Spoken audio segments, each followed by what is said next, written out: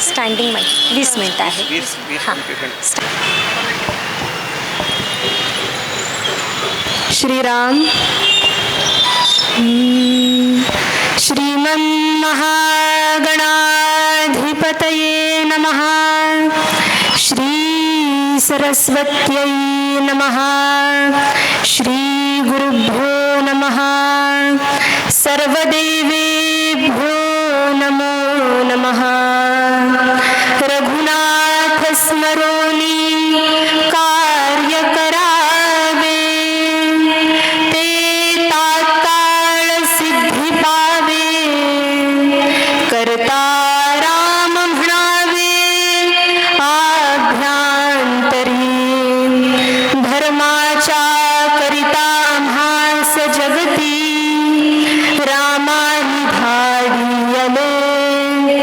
ऐसे जाणून राम भक्ती करिता ऐश्वर्य हे लाभले. आता धर्म सख्या तुझ्या पुढतिया, नम्रत्वतेने असे इच्छा होतसे मानसी करीतसे. हा देह तुझासे. नमो मातृभूमी जिथे जन्मले मी, नमो आर्यभूमी जिथे वाढले मी, नमो धर्मभूमी जिच्याच कामी. पडो देह माझा सदा ती नमो मी, पडो देह माझा सदा ती नमो मी. आर्य सनातन वैदिक हिंदू धर्म की, भारत माता की, गो माता की, सब संतन की, भगवान परशुराम महाराज की.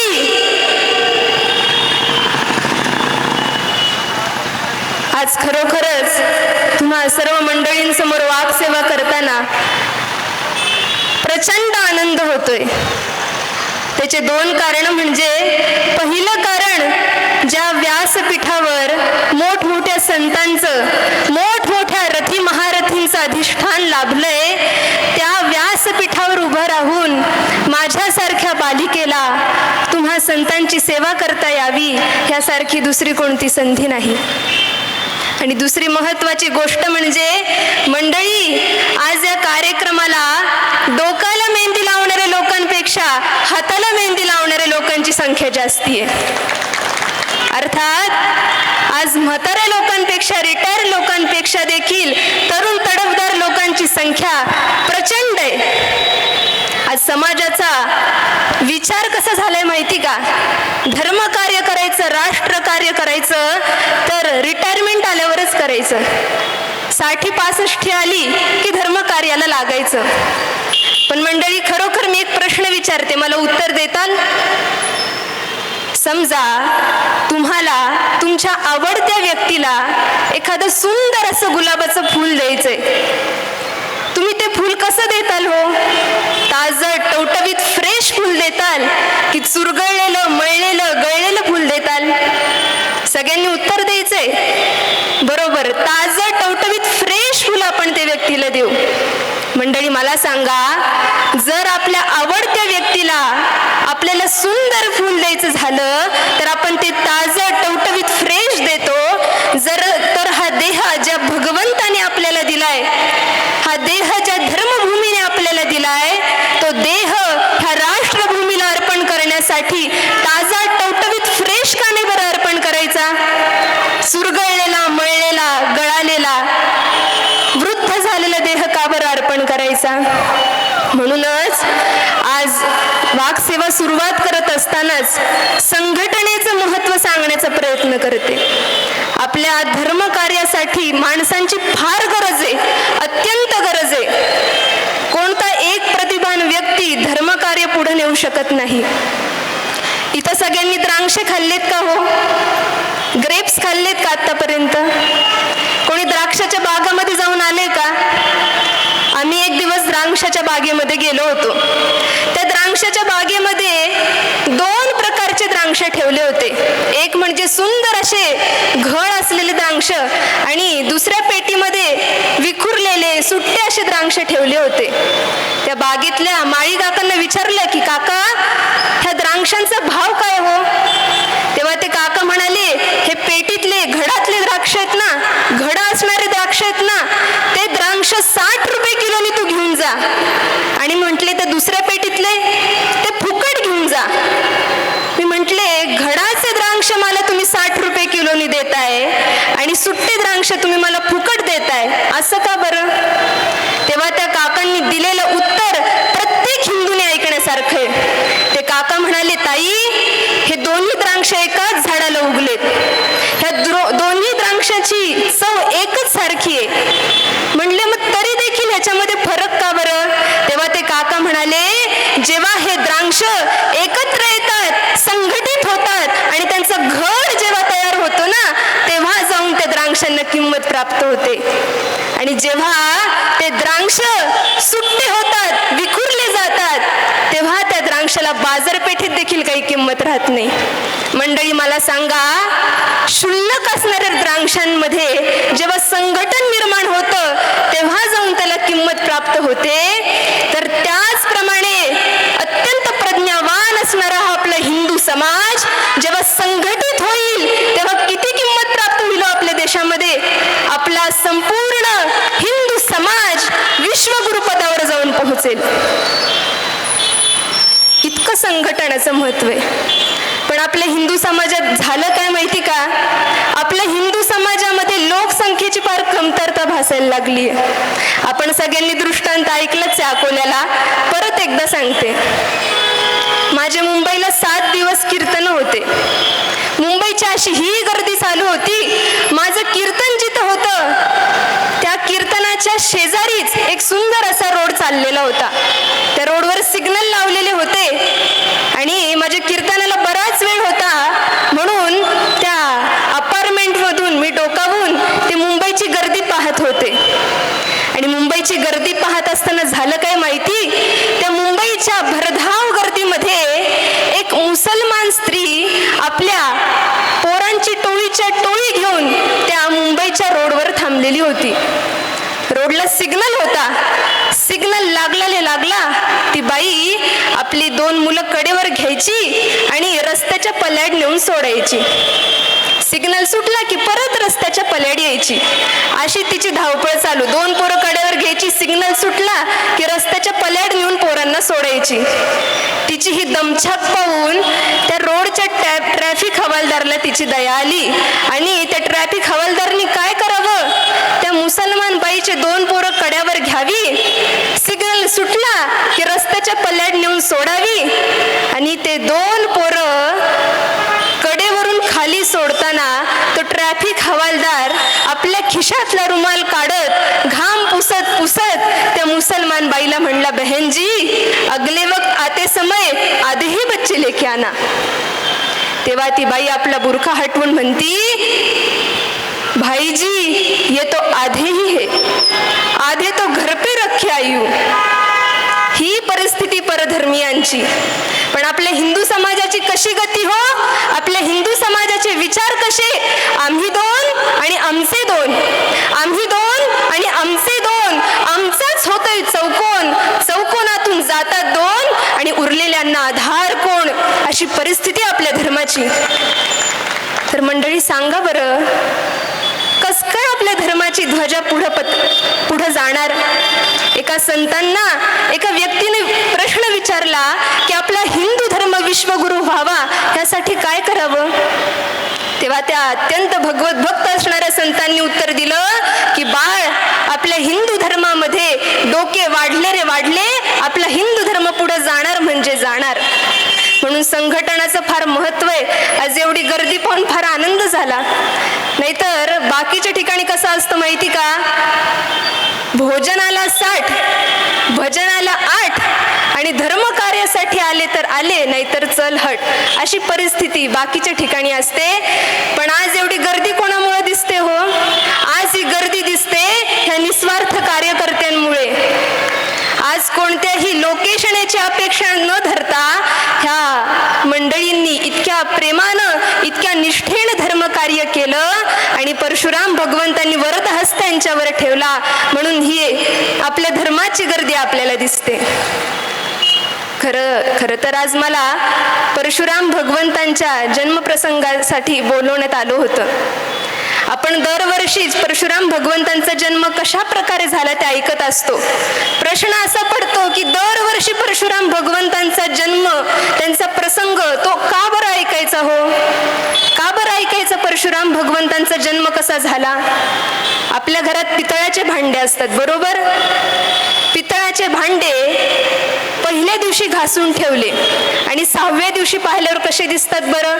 पुन्हा ते मळलेले दिसतात. का बरं? 6 दिवस न घासल्याचा परिणाम त्या भांड्यांवर येतो. तसंच अक्षय तृतीयेला आपण परशुराम भगवंतांचा जन्म ऐकून जातो आणि वर्षभर आपल्याला त्याची लिंक लागत नाही. पुन्हा आपल्या अंतःकरणावर जमलेला तो मळ दूर करण्यासाठी आणि पुन्हा एक नवीन ऊर्जा घेऊन जाण्यासाठी त्या जन्माविषयी आपण थोडंसं ऐकून. परशुराम भगवंतांचा जन्म भृगु वंशामध्ये झाला. कोणता वंश होतो? ज्या वंशामध्ये ज्या ऋषींनी भगवंताच्या छातीवर मारलेली लाथ देखील भगवंत अत्यंत प्रेमाने मिरवतो, अशा भव्य अशा वंशामध्ये परशुराम भगवंतांचा जन्म झाला. अहो, संत सत्पुरुष हे कोणाच्याही पोटी जन्माला येत नाहीत बरं का. संतांचा, सत्पुरुषांचा, भगवंताचा अवतार व्हायचा असेल ना, तर तितकेच पवित्र माता पिता लागतात. सुशिलो मातृपुण्येन पितृपुण्येन चातुरहा. अत्यंत पवित्र, अत्यंत संयमी अशाच पित्याच्या आणि मातेच्या पोटी भगवंताचा जन्म होत असतो. परशुराम भगवंताचा जन्म होण्यासाठी आई कशी हवी हो? आई रेणुका मातेसारखीच हवी. आज प्रश्न पडतो की धर्माची इतकी मोठी ग्लानी होते तरी देखील संत सत्पुरुष जन्म का घेत नाहीयेत? त्याचं सगळ्यात मोठं कारण असं की संतांनी, सत्पुरुषांनी, महात्म्यांनी जन्म घ्यावा अशा संयमी, अशा पवित्र माताचे भूतलावर उत्पन्न होत नाहीयेत. पुण्या मुंबईची परिस्थिती पहा. आज बोलायला संकोच वाटतोय. आज एखादी मुलगी एका मुलासोबत दिसली तर 3ऱ्या दिवशी ती दुसऱ्याच मुलासोबत दिसणार. इतकी वाईट परिस्थिती आपल्या धर्मावर आली आहे. मंडळी, आज प्रत्येकाच्या घरात एक मुलगी असेल. मी तुमच्या पायावर डोकं ठेवून विनंती करते की आपल्या घरातील मुलीला जवळ बसवा आणि तिला 2 गोष्टी फक्त सांगा. तिला पहिली गोष्ट सांगा की बाई, तू मोठी होऊन डॉक्टर नाही झाली तरी चालेल, तू मोठी होऊन इंजिनियर नाही झाली तरी चालेल, तू मोठी होऊन वकील झाली नाही तरी चालेल, पण बाई तुला मोठं होऊन चारित्र्य संपन्न व्हायचं म्हणजे व्हायचंय. ही पहिली गोष्ट आपल्या घरातील मुलीला सांगा. आणि दुसरी गोष्ट आपल्या मुलीला सांगा की बाई, तू तुझ्या मनाला इतकं कठोर बनव की सुंदरातला सुंदर मुलगा तुझ्या समोर येऊ दे, कर्तृत्वातला कर्तृत्व संपन्न मुलगा तुझ्या समोर येऊ दे, रूपातला रूपवान मुलगा तुझ्या समोर येऊ दे, पण तुझं मन इतकं कठोर बनव की तुझं ब्रह्मचर्य मोडेल अशी शक्ती कोणामध्ये नसेल. ही दुसरी गोष्ट आपल्या घरातील मुलीला सांगा. ह्या 2 गोष्टी जर आपल्या घरातील मुलीला सांगितल्या ना, तरच पुढे जाऊन परशुराम भगवंतासारखे वीर पुरुष आपल्या घरी उत्पन्न होऊ शकतील. ऋषी जमदग्नी आणि रेणुका मातेच्या पोटी एका दिव्य देहाचा, एका दिव्य आत्म्याचा जन्म झाला. आणि प्रत्येकाच्या घरी जसं बाळ जन्मतं आनंद होतो, त्याप्रमाणे आनंदोत्सवही करण्यात आला आणि त्या बाळाचं नाव राम असं ठेवण्यात आलं. तो पूर्वीचा काळ होता. पूर्वी देवांच्या, संतांच्या नावावरून बाळाची नावं ठेवली जात असे. का बरं माहिती? कारण बसून जप करता नाही आला तरी त्या कार्ट्याला बोलवण्याच्या हेतूने तरी भगवंताचं नाव मुखामध्ये येईल, ह्या शुद्ध हेतूनं त्या बाळाचं नाव राम असं ठेवण्यात आलं. पण मंडळी, काय झालं माहिती का? काळ बदलला तशी माणसं देखील बदलली आणि माणसं बदलली तशी नावं देखील बदलण्यात आली. परवा एका बारशाला गेले होते. ज्या बाळाचं नामकरण होतं त्या बाळाच्या वडिलांचं नाव होतं श्रद्धेय आणि आईचं नाव होतं अंजली. आता नवीनच फॅड आले, आई वडिलांचं नाव मिक्स करून एक फ्युजन तयार करतात. श्रद्धांजली असं त्या मुलीचं नाव ठेवण्यात आलं. परंतु तो काळ वेगळा होता. त्या पवित्र मात्या पित्यानं त्या आत्म्याचं नाव राम असं ठेवण्यात आलं आणि त्या दिव्य बालकानं आपल्या शक्तीने, आपल्या तेजानं संपूर्ण पृथ्वी तलावर धर्माची स्थापना केली आणि परशु हातात होतं म्हणून परशुराम ह्या नावानं प्रसिद्ध झाले. आज जाता जाता एकच संदेश काय हो, मी काय बोलणार तुम्हासमोर, एकच विनंती करते की फक्त भगवंताचं नाव जय परशुराम म्हणून चालणार नाहीये. समर्थ म्हणतात क्रियेविण वाचाळता व्यर्थ आहे, कुसुमं वर्ण संपन्नम गंधहीनं न शोभते क्रियाहीनम मधुरम वचनं तथा. नुसतं जय परशुराम म्हणून चालणार नाहीये, आपल्याला आता शस्त्र हातात उठवायची गरज आहे आणि त्याप्रमाणे आपले विचार देखील शस्त्रासारखे करण्याची गरज आहे. आज फक्त परशुराम भगवंत हे ब्राह्मणांचं दैवत नाहीये तर संपूर्ण हिंदू समाजाचं दैवत आहे. हे प्रत्येकाने हृदयात ठसवण्याची गरज आहे.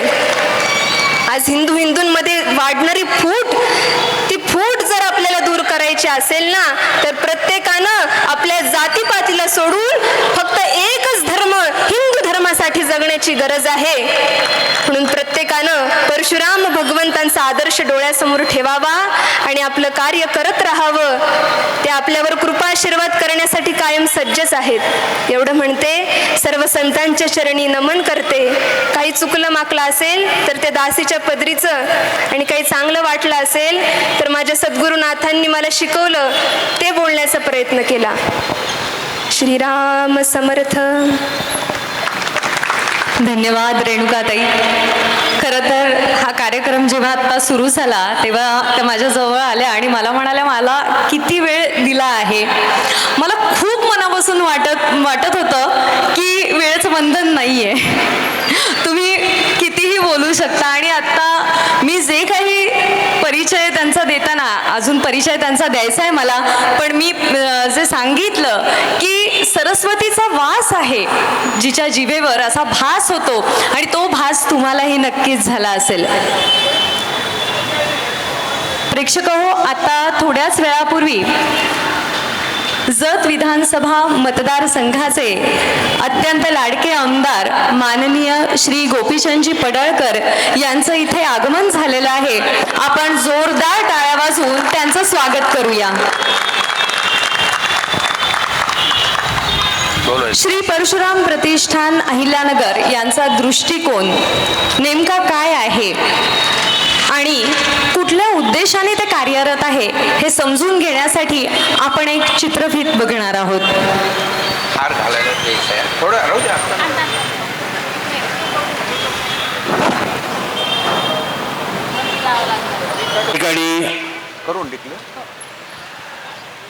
ज्यांचे विचार ऐकण्यासाठी आपले कान अधीर झालेले आहेत ते आपल्या कार्यक्रमाचे अध्यक्ष, सोहळ्याचे अध्यक्ष माननीय समर्थ भक्त माननीय मंदारबुवा रामदासी यांना मी स्टेजवर आमंत्रित करतो. प्रचंड टाळ्यांच्या गजरात त्यांचं आपण स्वागत करूया. जय जय रघुवीर समर्थ, जय परशुराम.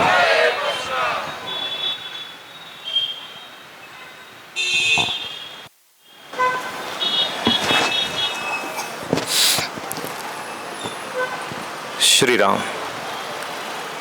जय जय रघुवीर समर्थ, सदा सर्वदा योग तुझा घडावा, तुझे कारणी देह माझा पडावा, उपेक्षू नको गुणवंता अनंता, रघुनायका मागणे हेची आता. जय जय रघुवीर समर्थ, जय परशुराम. श्री भगवान परशुराम प्रतिष्ठान अहिल्यानगर यांच्या वतीनं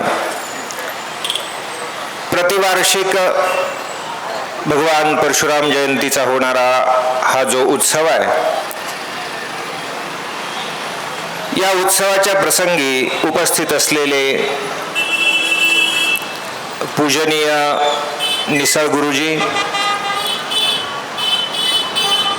त्यांच्या दोन्ही कन्या, त्यांचा परिवार, भगवान परशुरामांना वंदन करून या ठिकाणी पुण्यश्लोक अहिल्यादेवींचा पुतळा आहे, मूर्ती आहे, त्यांना वंदन करून यानंतर मी अवश्य वंदन करीन या निसळ परिवाराला. त्याचं कारण आहे, ब्राह्मणांना भूदेव असं संबोधन आमच्या संस्कृतीनं, शास्त्रानं दिलं. हे चालते बोलते देव आहेत. या पृथ्वीवर मनुष्य जातीमध्ये प्रत्यक्ष रूपामध्ये देव पाहून त्याला नमस्कार करून त्याचं पूजन करून त्याची आराधना करण्याचं जर कोणतं स्थान असेल तर ते ब्राह्मण आहे, असे सर्वही शास्त्र आपले उद्घोष करून सांगतायत. ते तसं का सांगतात याचं उत्तर कोणत्या ग्रंथात पाहण्यापेक्षा गुरुजींच्या जीवनामध्ये, त्यांच्या चरित्रामध्ये, त्यांच्या मुलींच्या परिवाराच्या जीवनामध्ये पाहायला मिळतं. अत्यंत शुद्ध आचरण, शुद्ध विचार प्रत्यक्ष जीवनामध्ये कसे जगता येतात, जगून दाखवता येतात, या अत्यंत कराल अशा कलिकालामध्ये सुद्धा सर्वत्र अशुद्धीचं वातावरण असतानाही कशा पद्धतीनं एक खऱ्या अर्थानं ब्राह्मणत्वाचा, ब्राह्मण्याचा दीप कसा तेवत ठेवावा लागतो ते त्यांच्याकडे पाहून आपल्याला समजतं. आणि म्हणून त्यांना वंदन आहे. आपल्याकडे राहीबाई पोपेरे म्हणून एक बीजमाता म्हणून प्रसिद्ध आहेत आणि त्यांना मला वाटतं 2020 साली पद्मश्री पुरस्कार मिळालेला आहे. त्यांचं कर्तृत्व हे आहे की त्यांनी वेगवेगळ्या वनस्पतींची, वेगवेगळ्या धान्यांची शुद्ध बीज सुरक्षित ठेवलेली आहेत. त्यांना पद्मश्री मिळालेला आहे.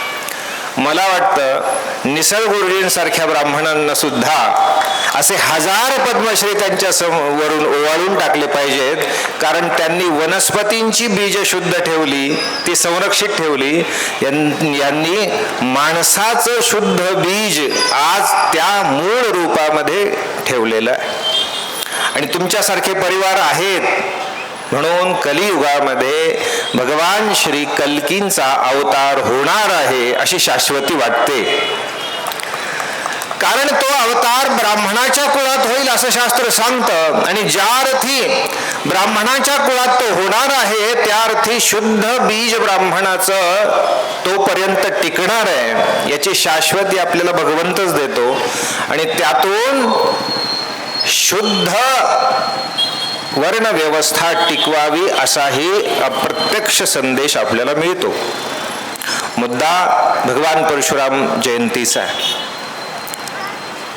विधी कारणे जाहला मत्स्य वेगी, धरी कूर्म रूपे धरा पृष्ठभागी, जना रक्षणा कारणे नीच योनी, नुपेक्षी कदा देव भक्ताभिमानी. भगवंत या विश्वाला जन्म देतो, भगवंत विश्व निर्माण करतो, भगवंत विश्व स्वतः बनतो आणि या विश्वामध्ये भगवंतच जीव म्हणून नांदतो. आणि त्या जीवांचा व्यवहार संरक्षित, सुरक्षित आणि सुव्यवस्थित ठेवण्यासाठी पुन्हा भगवंत अवतार घेतो. असा भगवंत हा सनातन वैदिक हिंदू संस्कृतीने सांगितलेला, प्रतिपादिलेला भगवंत आहे. आर्य सनातन वैदिक हिंदू भागवत धर्मामध्ये ज्या ईश्वराची संकल्पना सांगितलेली आहे तो ईश्वर हा अत्यंत परिपक्व, प्रगल्भ आणि अत्यंत व्यापक असा ईश्वर आहे. या आर्य सनातन वैदिक हिंदू भागवत धर्माच्या व्यतिरिक्त सुद्धा अनेक पंथांमध्ये आणि संप्रदायांमध्ये ईश्वर, गॉड, अल्लाह अशी काही संकल्पना आहे, परंतु ती संकल्पना ही आर्य सनातन वैदिक हिंदू भागवत धर्मा एवढी प्रगल्भ, परिपक्व अशी आणि परिपूर्ण अशी नाही, हे आपण अत्यंत विश्वासानं, अभ्यासानं आणि अभिमानानं सांगू शकतो जगाला. कारण कोणाचा देव 7व्या आसमानात राहतो, तो पृथ्वीवर राहत नाही, तो मनुष्यांमध्ये राहत नाही. मनुष्यांमध्ये सुद्धा तो त्यांच्या आईत सुद्धा राहत नाही, आणि म्हणून आईला नमस्कार सुद्धा ते करत नाही, कारण त्यांचं मस्तक फक्त अल्लाह समोर झुकतं आणि अल्लाह 7व्या आसमानात राहतो. मग बकऱ्यांची, कोंबड्यांची आणि गायींची ती अवस्था काय असेल त्यांच्यासाठी सांगा. या उलट चराचरामध्ये आमचा भगवंत भरलेला आहे. मातृदेवो भव, पितृदेवो भव, आचार्य देवो भव.